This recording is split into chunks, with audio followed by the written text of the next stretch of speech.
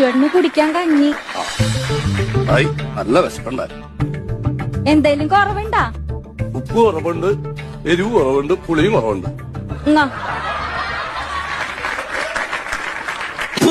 ഇതിന് തീരെ ഉപ്പില്ല. അയ്യോ, ഇത് ഉപ്പാണ്. ആ കഞ്ഞിലിടാൻ കൊണ്ടുവന്നതാ. സന്തോഷം. ഇഷ്ടായ?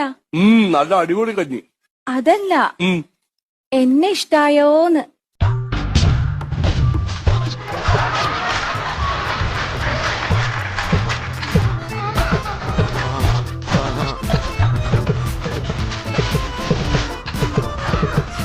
ചെറിയടി അങ്ങ് അടിക്കലേ എന്തി.